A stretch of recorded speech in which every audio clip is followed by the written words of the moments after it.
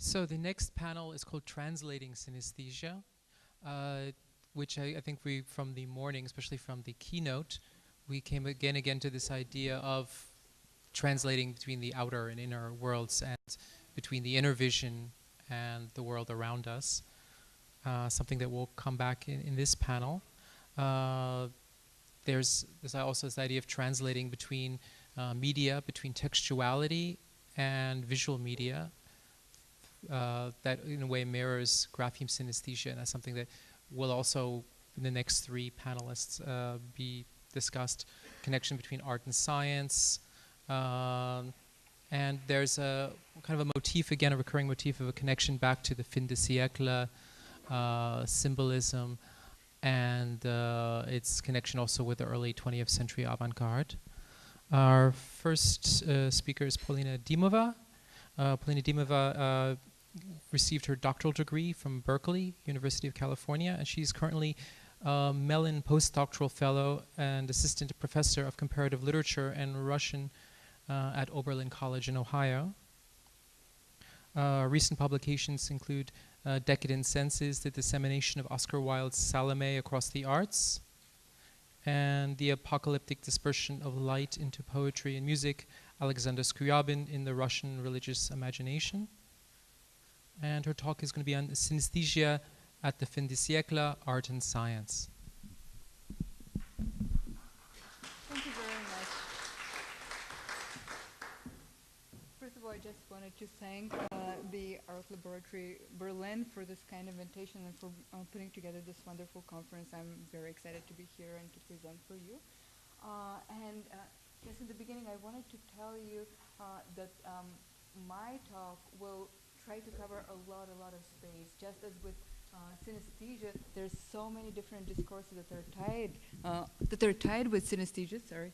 That are tied with synesthesia at the turn of the century. That it is hard to pin them down, to sort of connect them. They're all interconnected. So organizing a talk like that is just like this laborious, overwhelming task. But I will do what I can. So I wanted to acquaint you today with three main discourses of synesthesia at the turn of the century, which is called the heyday of synesthesia. This is between the 1850s and the 1920s. First, I will tackle the degeneracy theory of synesthesia, represented here by Max Nordau and seen in Wells's play Salome. Second, I will discuss Wagner's theory, which promotes sensory and emotional cognition through the nexus of word, music, image, and gesture, and let's say in his Gesamtkunstwerk. And finally, I will turn to Alexander Scriabin and his synesthetic symphony, Prometheus, a poem of fire for orchestra and a keyboard of lights, in view of theories of synesthesia that looked for a common scientific link between light waves and sound waves. And someone actually asked a question like that earlier, so it will be interesting to talk about it later. My first slide, whoops. I do not know why it doesn't work, although I can basically tell you what it is about. Criteria for synesthesia, thankfully that got covered earlier, but unfortunately you won't be able to say the multiple different colors I used for each of the entries. But just to remind you quickly, so synesthesia is involuntary and automatic response to a sensory stimulus. Let's say the violin timbre could induce silver blue color. Second, the synesthetic percepts persist over time and are generic in appearance. They are non-complex and simple shapes, blobs of color, flashes of light, as we were discussing earlier, geometric lattices, zigzags, and Dittus talks show us a number of those different abstract shapes. Third, it is spatially extended, and now we know that actually they're the projectors and the associators. So some of the synesthetes can have it in their mind's eye, while others can have it projected in space. And fourth and fifth, synesthesia is emotional. It always produces an emotional response. It's that. Oh, I'm sorry. Oh, yeah, this sounds different. So synesthesia is involuntary and automatic response to a sensory stimulus. It persists over time and has and has a non-complex simple shape, as in zigzags, blobs of color, flashes of light. It is spatially extended into space, or potentially it can be in the mind's eye, as we discussed. And fourth and fifth, it is emotional and memorable. So it can aid our memory, as it was already mentioned. Synesthetes can remember much more easily, like a great number of digits at a time, and sort of even implode them. So each number will have a different gender, different character, different color. So it's I'm mentioning those to you because I would try, whenever possible, to relate all of the theories of the turn of the century to what we now know as synesthesia, and see what the overlaps are, what the differences are in our understanding nowadays. So without further ado, let us move to Paris, 1892. An Irishman writes a play in French overnight in a creative flourish. He takes a break to visit the Grand Café and asks the leader of a gypsy band to play music in harmony with his current thoughts. He is imagining a woman dancing barefoot in the blood of a man she had desired, could not have, and therefore had slain. The band plays some wild and terrible music that frightens and silences the guests at the café. The playwright has long savored the visions of his heroine in the paintings of Giotto, Titian, Rubens, and Gustave Moreau. And you can see the paintings here on the screen. The finished play is delicately bound together like a piece of music in its hypnotic and cantatory texture. On stage, it is to be accompanied by an orchestra of perfumes. Each character will be assigned a different color that will embody her desires and natures. I'm, of course, talking about Oscar Wilde's notorious play Salome.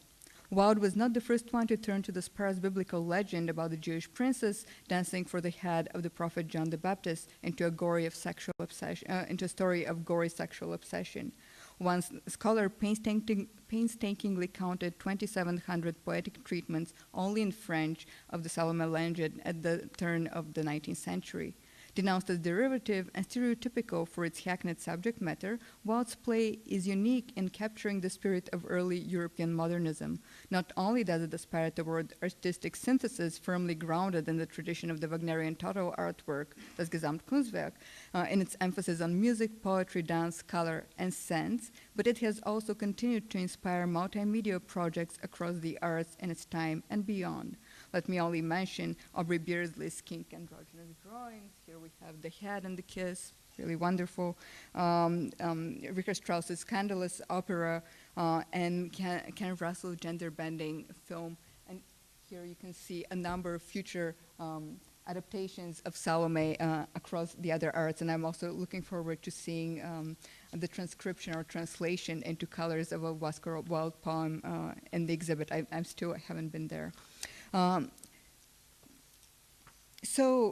Wilde's place is the paradigmatic Salome text, capturing and perpetuating the modernist anti-artistic drive of artworks to transcend their artistic medium and be reincarnated in another art form. Still, what has motivated Wilde's Salome's ceaseless transformations across the arts? What was it about the text that made it so popular and easily adaptable into other mediums? When we look at the text, with its incessant repetitions, musical cadences, hypnotic flow, we notice that the characters are not at all concerned with textual meaning. They often say, quote-unquote, ridiculous things. Rather, they're fascinated with vision and gazing. Everyone looks at the beautiful Princess Salome, while Salome is enchanted with the voice of John the Baptist, with its music and its incense. Apparently, his voice scatters strange perfumes. The text is then about vision, colors, music, dance, and fragrance, just as it was in Wilde's process of creative gestation. Yet, it is not in the very least interested in its textuality. Wilde's Salome is a text that does not want to be one. Its words are, quote-unquote, beautiful, colored, musical things, jewels, precious stones.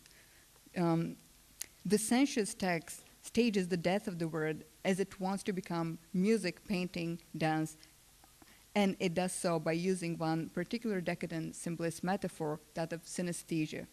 What is synesthesia, we've already discussed, but we literary scholars like to define it as the metaphorical mixing of the senses where visual, acoustic, and verbal perceptions are confused or conflated. And when I started working on this topic, I just thought that it's a metaphor and nothing more. Only later on did I learn that actually many of my friends are synesthetes and synesthesia exists in reality. While Salome is loaded with synesthetic metaphors and synesthesia was a treasured fin-de-siècle trope and obsession, ethical and evolutionist thinkers announce synesthesia as a sign of degeneration. Max Nordau, a famous journalist, practicing physician, and cultural critic, was steeped in the positivist climate of the 19th century.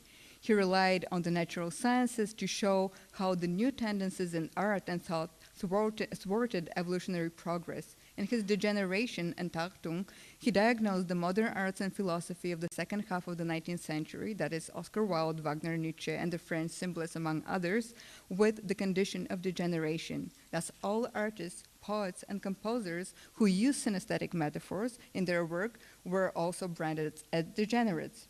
They had relapsed into the state of a mollusc, these are all quotes, and their undifferentiated sensory apparatus was that of an oyster. And here are Nordau's pronouncements. I think they're readable. Still more cracked is the craze of a subsection of the symbolists, the instrumentalists. They connect each sound with a definite feeling or color and demand that the word should not only awaken musical emotion, but at the same time operate aesthetically in producing a color harmony. This mad idea has its origin in a much-quoted sonnet by Arthur Rimbaud, Vowels, A, black, A, white, E, red, U, green, O, blue. Maurice declares explicitly that Rimbaud wished to make one of those silly jokes which imbeciles and idiots are in the habit of perpetrating. Some of his comrades, however, took the sonnet in grim earnest and deduced from it a theory of art. Wiseacres, of course, set up a quasi-scientific theory of color hearing. Sounds are said to awaken sensations of colors in many persons. According to some, this was a gift of specially finely organized nervous systems. According to others, it was due to an accidental abnormal connection between the optic and acoustic brain centers by means of nerve filaments. This anatomical explanation is entirely arbitrary and has not been substantiated by any facts, but color hearing itself is by no means confirmed. This is 1892. Just letting you know. Nordau maintains that the quasi-scientific theories of synesthesia are untenable. He does not accept a biological explanation of color hearing which would connect synesthesia to brain function, albeit abnormal.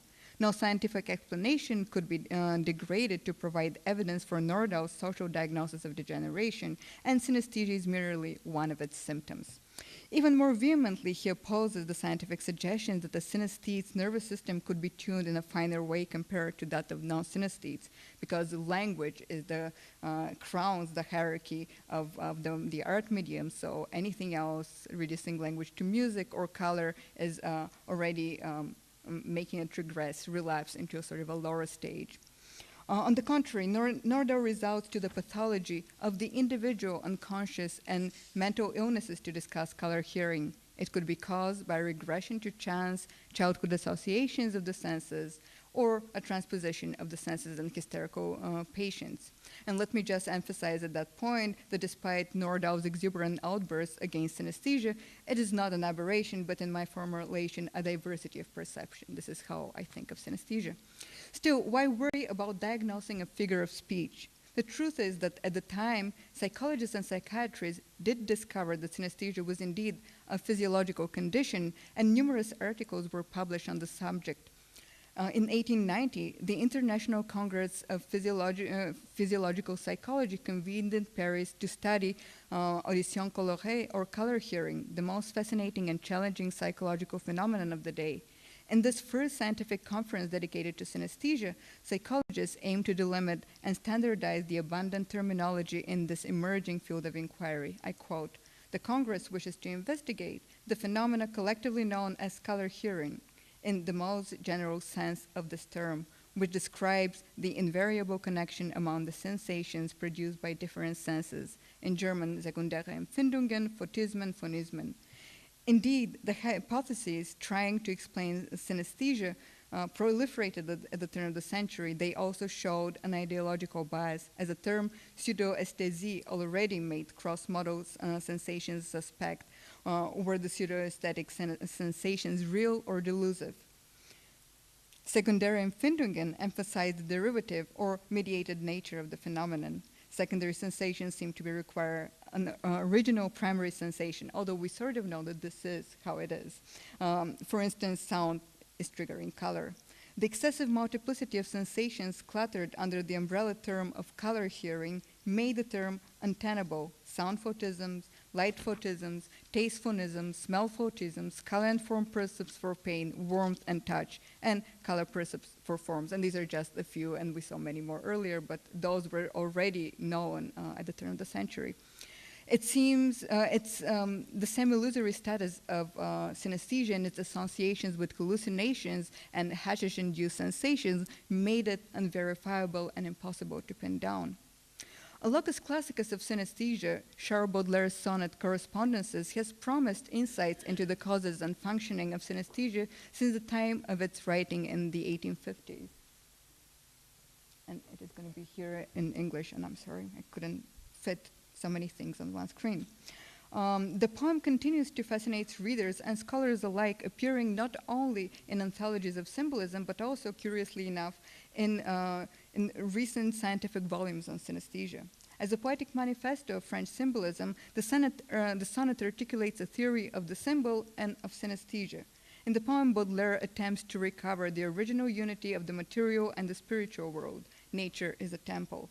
He creates a reality woven out of mystical Swedenborgian correspondences, and Swedenborg thought that the divine world is mapped out onto the human world, that the macrocosm and the microcosm somehow correspond to each other, and this was also the study of psychophysics at the time. So what is in our psyche is outside in the physical world as well. The universal correspondences in the poem are synesthetic and can be perceived by only those with the gift of specially finely organized nervous systems, to quote Nordau. The profound and tenebrous unity beyond the phenomenal world is beyond the phenomenal world of multiplicity is recovered through. The profound and tenebrous unity beyond the phenomenal world of multiplicity is a recovery of these now lost unintelligible correspondences, the confused word. The reclaimed correspondences reunite the wandering man of materialist modernity, wandering through the forest of symbols, and spiritual nature, the visible and the invisible, the tangible and the intangible. In this unison, perfumes, sounds, and colors correspond. This line leads into Baudelaire's poetic theory of synesthesia. The correspondences now conflate the five senses. Perfumes evoke the child's touchable flesh, the audible sound, the sweet taste, and the color and smell of fresh green plains. At the end of the sonnet, the senses and the soul sing the ecstasy of their synesthetic merger. For his symbolist and synesthetic purposes, Baudelaire further appropriated Richard Wagner's ideas of artistic synthesis and interpreted them as synesthesia. In Baudelaire's review, Richard Wagner and Tannhäuser in Paris, Baudelaire recasts Wagner's music not so much as synthesizing all the arts, but as synesthetically mixing all the senses.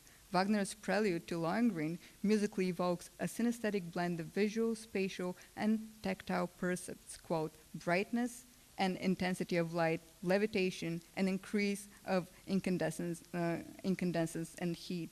Indeed, Wagner's aesthetic theories gave ample grounds for synesthetic linkages among the arts.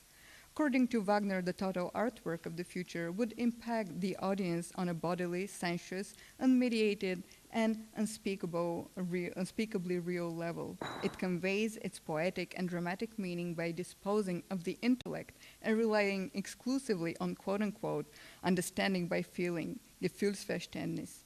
The poetic aim of drama manifests itself in music, just as music needs poetry and materializes poetic thoughts.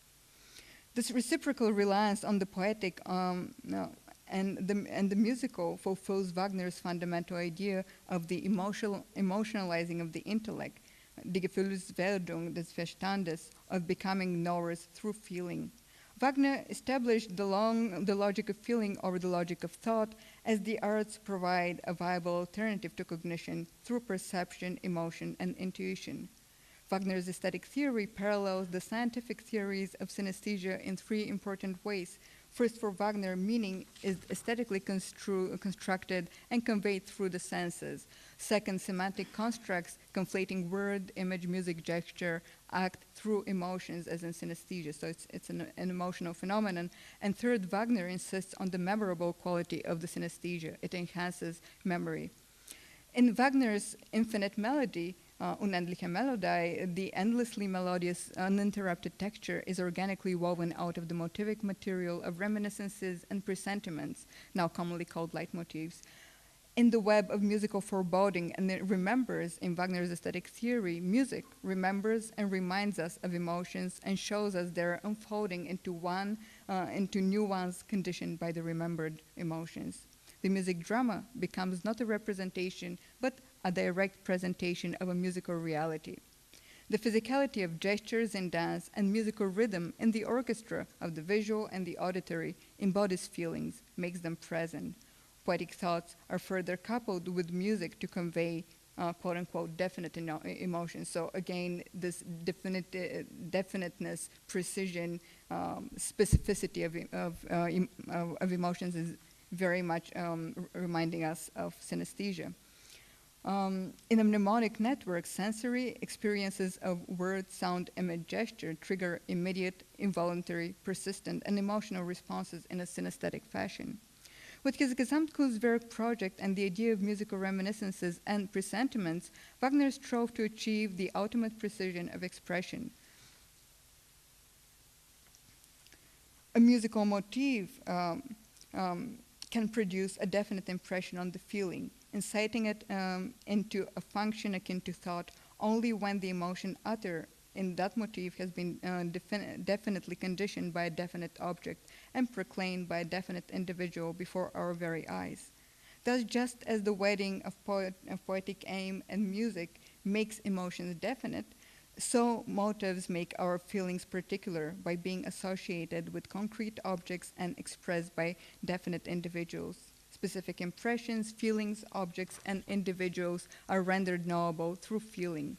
Evoked by leitmotifs, they are communicated precisely and meaningfully to the perceiver's emotions. Still, the exactness and precision of emotion is only possible through the coupling of word, sound, image as carriers of enhanced emotional and memorable meaning. Synesthesia, then, according to Wagner, is cognition. In this sense, the artistic resonance of Wagner's work was seminal for the flourishing of the interarts at the turn of the century and bringing out their sensuous and synesthetic qualities. For the Russian symbolists, the Wagnerian artistic synthesis was mystically informed and promised a synesthetic, visionary, ecstatic merger and transfiguration of reality. So while the synesthetic texture of Wild Salome anticipated future transformations across the arts, and Baudelaire's correspondences envisioned the subjective ecstasies of the soul and the senses, the stakes for the Russian symbolists were much higher.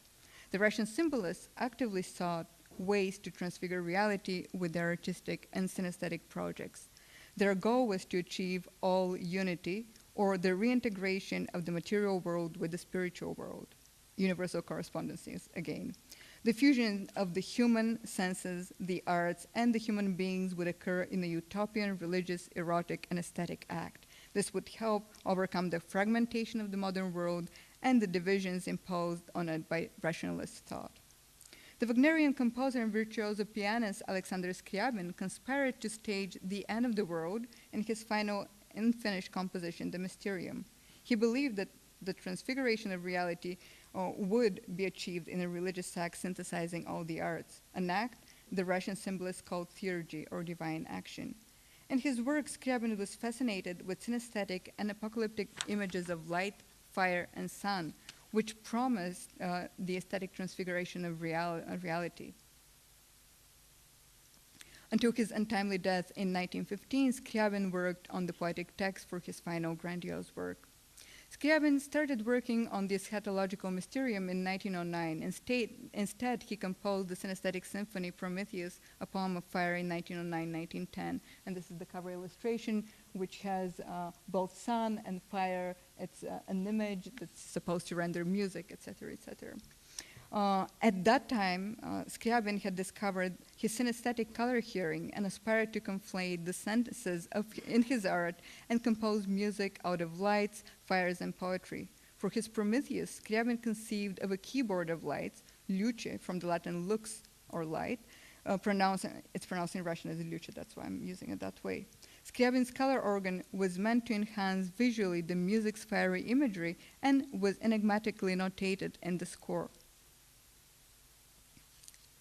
Scriabin's detailed comments on the autographed Paris score of Prometheus reveal the nuances of light in the symphony, also verbally, quote-unquote, flashes of light and lightning bolts. And you may ask me now, was Scriabin really a synesthete? Everyone says no, but the flashes of light and the lightning bolts occasionally suggest to me that maybe he had some synesthetic experiences, and I would like to talk later about that with the neuroscientists here. In this way, Scriabin's synesthetic ideas seem to be triply articulated, first musically, then visually in the LUCE part, and finally verbally on the score, and later in the incomplete poetic text to the Mysterium. Fascinated with Scriabin's ideas of music with lights, Alexander Moser, one of Scriabin's closest friends and a professor of electrical engineering in Moscow, devised a keyboard of 12 colorful electric light bulbs that would fulfill Scriabin's theurgic dreams, and this is what you see on the screen now. In Scriabin's symbolist project, the organ of electric lights bridged spiritual light and artificial lighting, Scriabin's mysticism and Moser's science. Scriabin's conception of a keyboard of electric lights was influenced by the work of Wallace Remington, an inventor and an artist who created the best-known color organ of his time in 1893. Remington lectured on and experimented in concert with his new art of color, the art of mobile color. Remington's ideas resonated with Scriabin's, and the composer often referred to his book. Remington's color organ maps out colors onto sounds by relying on the 19th century understanding of light and sound propagation, and this is related to synesthesia. The wave theories of sound and light made it possible to imagine the correspondences between light waves and sound waves. This theory has, of course, been long discredited, but as someone asked earlier on, or maybe light waves and sound waves have something in common. This was imagined, it also connected to this idea of universal correspondences. This notion of sound and light correspondences, scientifically substantiated at its time, informed Remington's color music as it did psychophysical experimentation with synesthesia. Remington uses, again, technology and science to produce the whole spectrum of the colors. He uses an electric arc and passes it through a prism, so the white light is passed through a prism, and its white light spreads onto the spectrum band into the multiplicity of colors. And here is Remington's color keyboard. Oh, okay. Just as with Remington's color organ, we can see that the arts, the senses, and the sciences joined forces in Scriabin's keyboard of light to accompany his Prometheus. In Scriabin's words, his synesthetic poem of fire described the spiritual historical trajectory leading to the apocalypse to the point of unison. The mystic harmony thus moves from the spiritual tonality of F sharp through the diametrically opposed material C. And here is Scriabin's own color wheel. And so we have F sharp on top, F sharp on bottom as spiritual light and as blue, and C on top as red and material. On its way to merger in the coda in the coda of the piece, Scriabin accelerates the interpenetration of sounds and colors to dizzying tremolos and trills to sound and light vibrations. And I'm going to play for you a recent, well, 1994 is not that recent, but there are many recent attempts to reproduce or to reinterpret the color line, the line for LUCE of Prometheus's of Scriabin's piece Prometheus, and I just wanted to see how even Prometheus, with its idea of these mystical correspondences, was also now inspiring future reinterpretations across the art. So that's why I'm saying synesthesia, on the one hand, is connected to all these different discourses, but on the other hand, it keeps promoting future artworks. And I'm gonna play you the so this is basically the way that the production is gonna look. So there is a screen with different pillars, and I'm just gonna play this for you at the end, since this will be the lesson. I'll apologize because the sound is not great and the picture is not great, but I still think that it's a rather interesting example.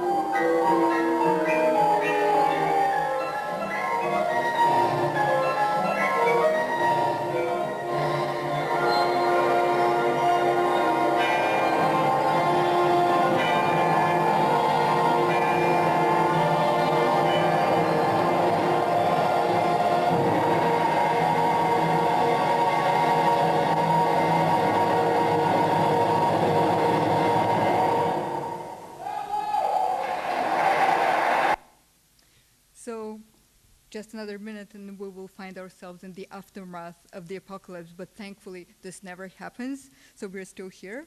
And I just wanted to say that at the turn of the century, synesthesia acquired such complexity and cultural resonance with its multifarious discourses that we couldn't basically pin it down to one single thing. It was connected to degeneration, aesthetics, mysticism, science, technology. It was a symptom of degeneration, a psychological illness, a metaphor, an ecstatic or prophetic state, universal correspondence, and so on and so forth. And thank you.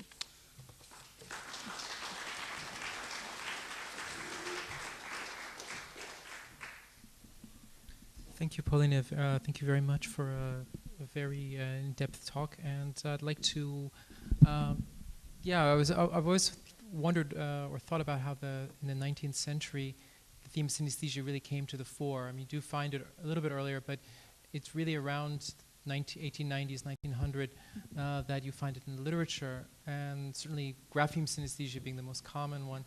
You think of during the 19th century, a lot more people start to read. The amount of literacy kind of grows and grows. Mm-hmm. And maybe also popularization of music and everything. So your question is why it happened at that? Yeah. I was just wondering maybe your thoughts on that. So my thoughts, the way I explain it, and as I suggested also in the talk, is that this is the time when actually experiments are being done, and there are a lot of case studies, and it happens around 1850 when these case studies, psychological case studies, are being performed and they're being published, and of course. The use of hashish, opium, and other such stimulators would allow many more people to actually experience synesthesia, so that was another way to sort of access synesthesia. But also, I would imagine that Romanticism, music and poetry in Germany played a big part with having synesthesia come to the fore. But for me, more or less, it's basically all these different discourses that I just mentioned: degeneration, the scientific discourse, psychological discourse, and also the artists that become interested in synesthesia or in the synthesis of the arts. This is what all of this comes together at this time, and this makes it so felicitous and so interesting in the period. Yeah. Maybe there's some questions in the audience.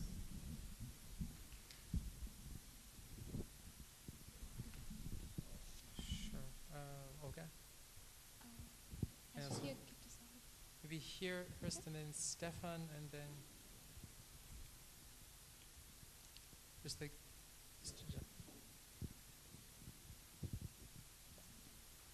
Okay, it's not really a question.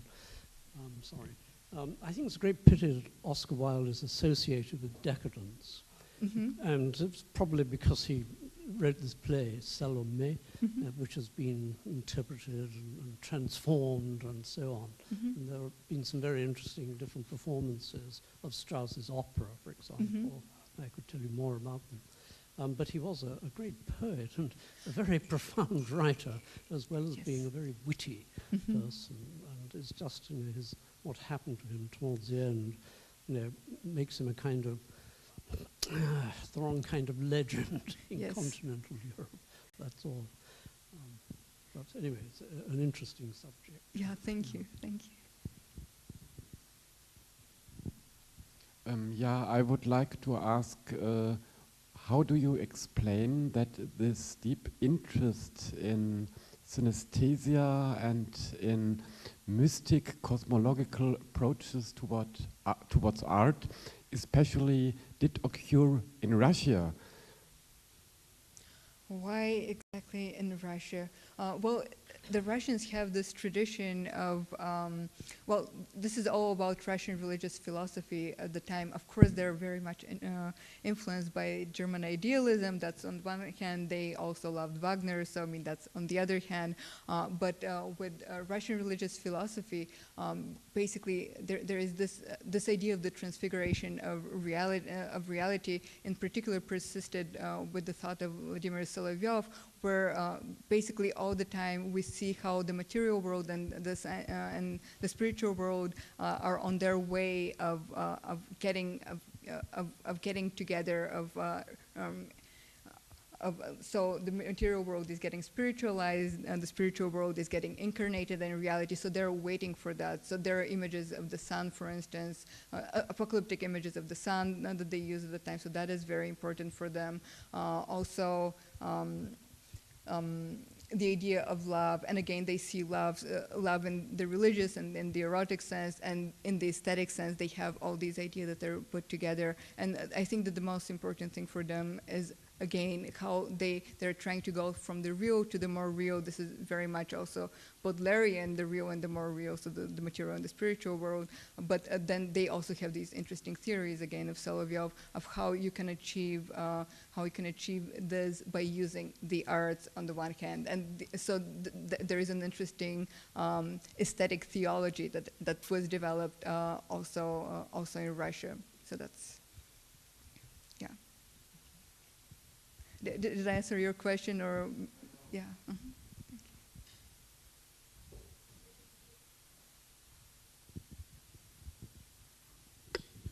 Yeah, thank you for your talk, and I want to make some remarks on it, because I think this correspondences between some of these people you have described or you have talked about are more closer than you have said, because there exists, for instance, a letter from Charles Baudelaire to Wagner, who he described his experiences of hearing Wagnerian music, especially the Tannhäuser, with color impressions. And he said, you imagine a picture of bright and deep red, and this red becomes more and more intense since it's nearly white, and then a last rocket traces a white line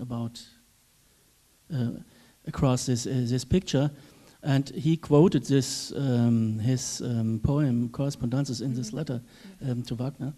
And the other point is these experiences of hashish. I think I remind you to the remarks of Professor Emmerich this morning.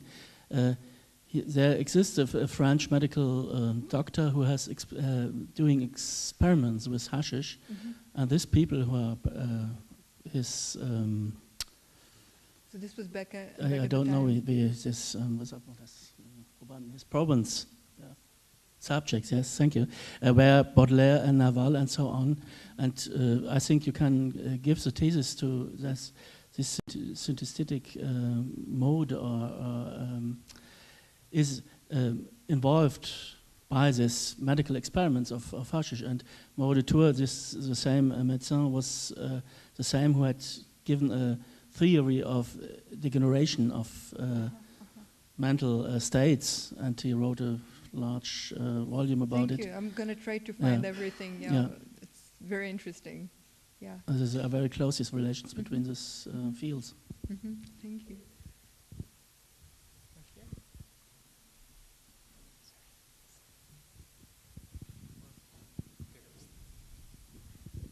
Well, I would like to put another question. After the Russian Revolution, most of the symbolist artists have been accused of their bourgeois, decadent view of the world, and lots of them left to Paris, for example.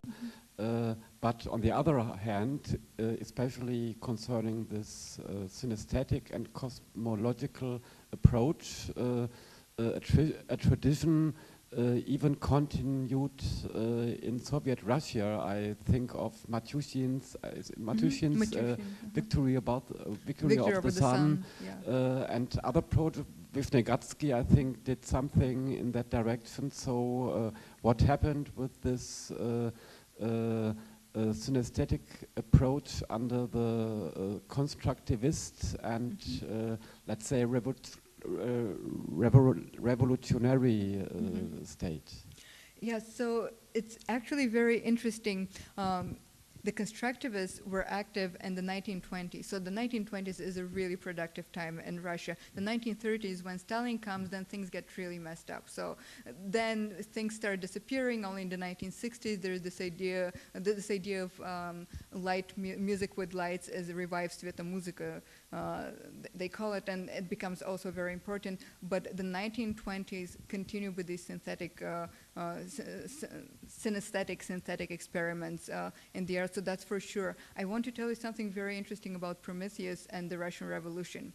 So as you can imagine, very easily we can think about the old world and the new world as the new world coming after 1917. So for the first anniversary of the October Revolution, we had first the International played in Moscow, and then after that they played Prometheus, and they actually had lights.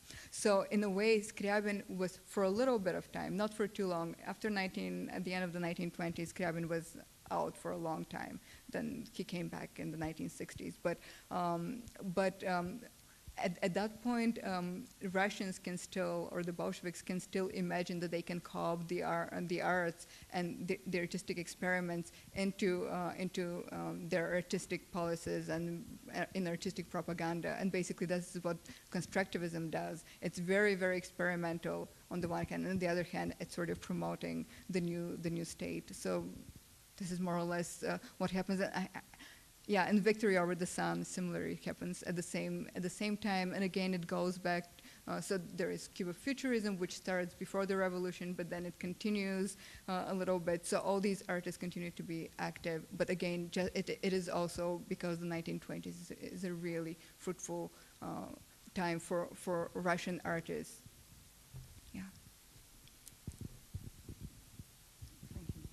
Well, I think there is one element that you could add to your large panorama already.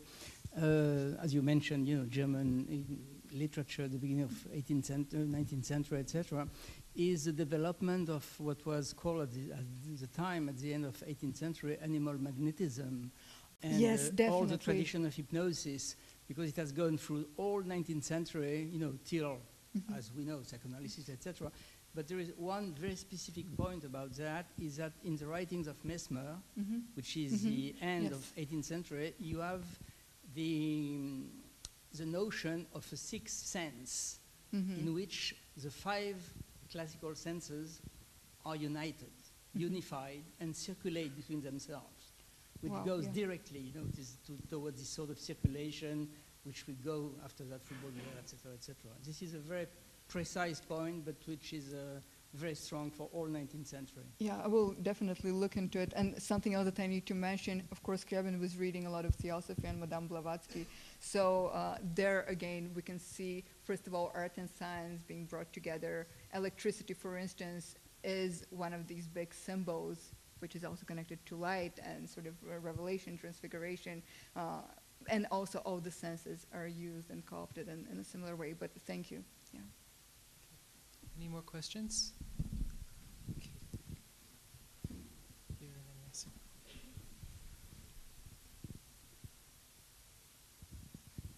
I got sort of hooked with the questions he made on, you know, the stigma of the bourgeois art in Russia, and I wanted to know if you could, talking about cinema, if you could elaborate on Tarkovsky's situation, because when he appeared in the 1960s and 70s, I guess he never declared, or nobody ever officially said anything about synesthetic, about Tarkovsky, but I think when he writes in Sculpting in Time, in his book about his oeuvre, I think it's very close to what we're talking about. Maybe as well, when he says, I'm connecting all these arts not just to sort of cite things and not to show off with my complexity. And he shows these letters that old women send him from all over Russia saying, I don't understand what you're trying to say, but I feel it. So I don't know if you have anything about Tarkovsky. I love Tarkovsky, but I am definitely not the person who can talk about him. What I am going to tell you now is that in the 1920s, again, Sergei Eisenstein, I'm trying to stay away from cinema. It will end, that will end at some point. But for now, Sergei Eisenstein had some amazing essays on audiovisual montage. And so synesthesia is definitely there in the 1920s. And Tarkovsky is going back to this tradition. And again, like synesthesia, I didn't read you any Russian poetry at this point, but it is all over the place in the Silver Age. And now in post-Soviet times, again, artists are trying to go back to this tradition. So I mean, it's sort of, it's in a way suppressed because it's bourgeois and decadent, but on the other hand, it persists. And I think that probably with Tarkovsky, it would be something similar. And thank you. I mean, I will definitely look into it at some point later. Thanks. Okay, maybe one last question, Yasser. Thank you very much for your discussion. For your presentation. It was very interesting. But I have one problem to understanding how we can use Scriabin's interpretation of color and sound for psychophysical experiment. Maybe you have spoken something about psychophysical or psychophysics, or maybe you have started with a definition of synesthesia that synesthesia is a part of the automatic perception. However, the Scriabin's interpretation of color and sound is based on the meaning and emotion-based semiotic interpretation. But if and it means that the interpretation is not based on his perception. So if we talk about the sensory automatic perception, it is something so far from such discussion. Yeah, no, thank you. This is also very important, and to point out, and again, as we started the whole conference with Professor Emmerich's talk, there were all the time we are all here in this conference on art, humanities, sciences, neurosciences, we're jumping from one point to another, and we're trying to connect things that in a way are not related, but are in many other ways really, really closely related. So indeed, it's possible that Scriabin devised everything in a very much in a methodical, theoretical way. He was a very rationalist being. I mean, he was finely tuned, definitely. But to what extent he had synesthesia, no one can say. And one can say, that, well, he definitely did the colors in a way that would go with Madame Blavatsky's theories. One can say that for sure. But on the other hand, I would suggest that it was very important because of those universal correspondences that I was talking about to be an artist who is a synesthete, because you can be actually able to perceive those. So all artists wanted to be synesthetes for one reason or another, but the universal correspondence, that was one. And as we know, the whole idea of universal correspondence cannot work with synesthesia because it's so individual, as we've been hearing already. But I mean, that was one of the main goals for symbolists, decadence and symbolists, for whatever they overlap. But for symbolists, that was the main search for this this monolithic Unitarian meaning for universal correspondences. And in this sense, I'm looking, when I sort of talk about Scriabin, I'm looking at him in this sort of broader cultural sense, and also in the synthetic art, aesthetic sort of sense, when he's trying to combine the arts so that he can produce a synesthetic experience. But again, as I said, in many of his statements, I have read about these flashes of light that he hears at different points, and thunderbolts, lightning bolts. So these are exactly those abstract zigzaggy shapes or flashes of light. And I suspect that he may have had some sort of a synesthetic perception at different points. But again, I'm not the one who, I mean, we can't, I don't think that anyone can at this point say whether he was synesthetic or not. So that's my answer. Okay, thank you very much. Thank you.